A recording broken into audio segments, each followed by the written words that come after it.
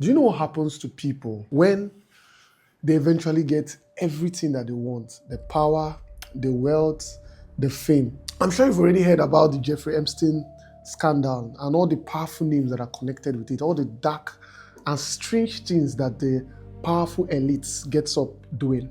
And you can't help but ask, why? Because some of these people had everything. The fame, the wealth, the power, the influence, some of the things that people are constantly praying for. But look at the strange dark things they ended up doing. Why? Now here's the truth. When you finally get everything that the word says that once you get, you'll be satisfied, you will eventually come to a reality that it doesn't. For many of us that are still rising, the chase makes us feel alive. The dream, the ambition, the pursuit. But imagine waking up one morning and everything you could have ever wanted, you have it.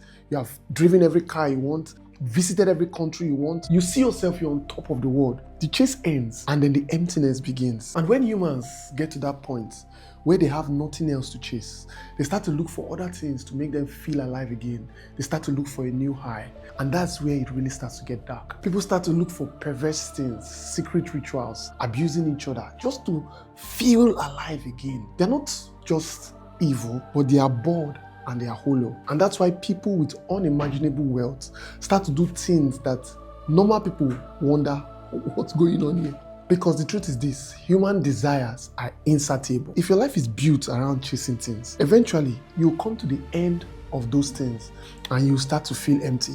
But there is a river that never runs dry. You can reach the end of wealth, you can reach the end of power, you can reach the end of fame, but you can never reach the end of God. 1,000 lifetimes will never be enough for you to completely consume Him. There is a hole inside each and every one of us that only Christ can fill. And that's why Solomon, he had all the women, he had all the wealth, he had all the power.